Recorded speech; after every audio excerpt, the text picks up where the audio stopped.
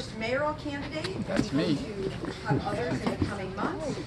Let me just tell you, Jim Walden, you've got to go to his website because I was trying to write an introduction, but there was so many impressive things about him on his website that I was like, I'll be here all night reading from them.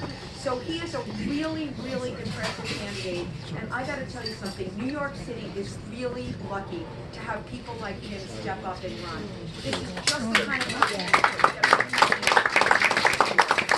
I won't go into all the things. He's 10 years, he's building one of New York's premier litigation boutiques, maintaining an unwavering commitment to public service.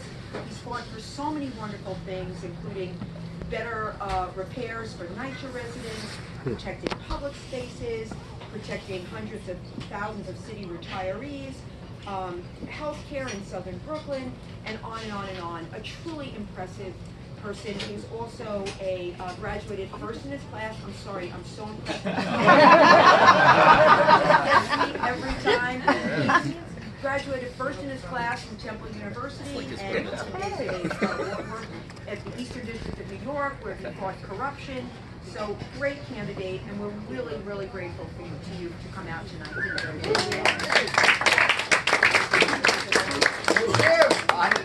Honestly, I feel a little bit like my mom just gave the introduction. That was really wonderful. Maria, Melanie, Vanessa, where's Vanessa? Happy birthday. Thank you all for having me. So this is my first time at this organization, which I've grown to love.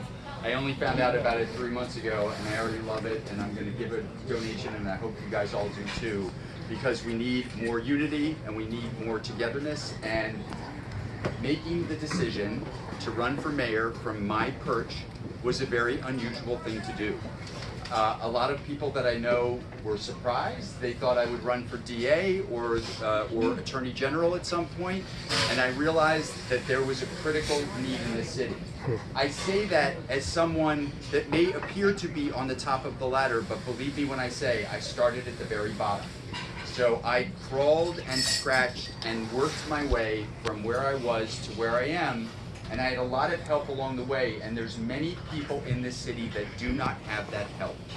And what I realize is our political parties are broken, and in this period of time, more than any time in the city, we need an independent voice who wants to tackle big policy issues with imaginative and innovative ideas, build coalitions, reach across the aisle, bring Republicans and Democrats to the center, and run the city as a manager who's devoted not to mediocrity, not to just showing up for the job, but to excellence.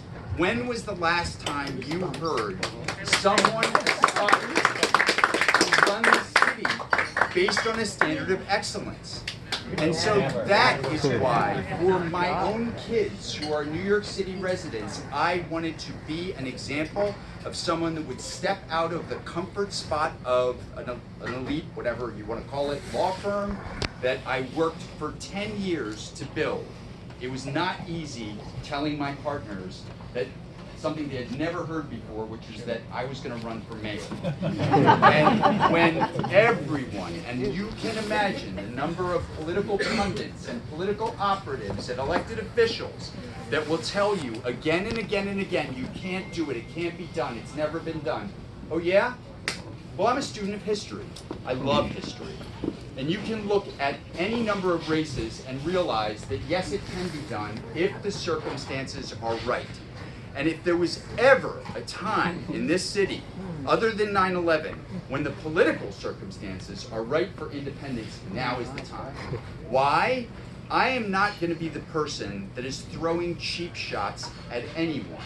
That's not the way I've branded myself as a lawyer, and it's not the kind of candidate I will be. But when a Republican administration effectively pardons a corrupt Democrat in the middle of an election cycle, that is something that we all need to take seriously. And not because I'm the person that's saying Eric Adams should step down. I am the person that's saying we need integrity back in City Hall. Integrity is a word that we have not heard, we have not seen, we have not experienced for 10 years. We had Bill de Blasio, who held out the promise and then didn't deliver, and ultimately started a not-for-profit with his wife, $850 million, still unaccounted for today. And then we had Eric Adams, who came in a wave of some centrism. Against who? Sean Donovan, a federal official who knows a lot about housing. Catherine Garcia, a career public servant who ran the sanitation department as well as anyone could. Two other great candidates, including the person that was the person that was polling the best, the person that had the best shot, Andrew Yang.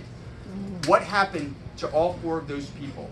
They got chewed up in a ranked choice voting, and we ended up with a 7,000 vote difference between Eric Adams and Catherine Garcia in the 8th round of ranked choice voting, and we got Eric Adams. And we got Eric Adams in part because the entire Democratic Party, and I have I was a Democrat until 2006, when I withdrew from the party as a matter of principle, because I didn't believe that the parties were working for people. And the entire Democratic Party got behind Eric Adams, despite the fact that they knew that when he was in Borough Hall, he was stealing money. He was renting out private spaces and pocketing the money to fund his lifestyle, and everyone knew it, and they still endorsed him.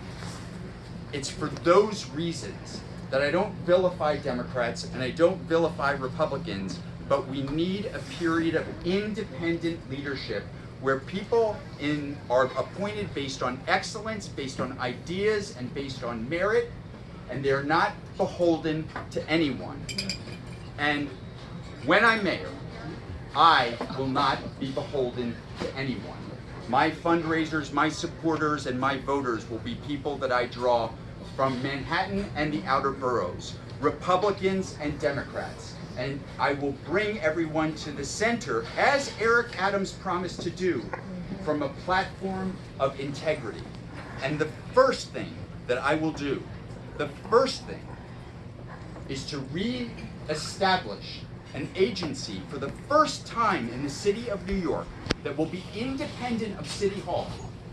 Independent, meaning that agency can investigate me. That's when you know that someone is committed to integrity. When someone is willing to say, I don't want to control the corruption prosecutors.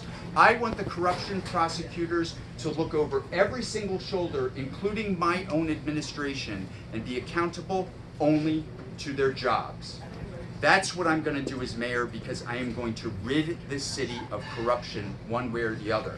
And I'm going to run the city based on principles of fairness, based on principles of equity, based on principles of fiscal responsibility, so that we can bring the budget back from where the comptroller says it's going to be over the next 5 years, which is dismal news for New Yorkers. Over the course of the next 5 years, massive deficits are projected, and we're going to have to make smart choices, and we should base those choices on what New Yorkers need, not a bunch of programs that aren't really benefiting anyone, but supplying hundreds of thousands of patronage jobs to friends. That is not going to happen, and when I am mayor, I will stop it. And I very much appreciate you giving me a little bit of your time, and I look forward to meeting many of you. We're going to be a campaign of ideas and inspiration, but most of all, we're going to be a campaign of independence, the kind of independence that New York needs now more than ever. Thank you.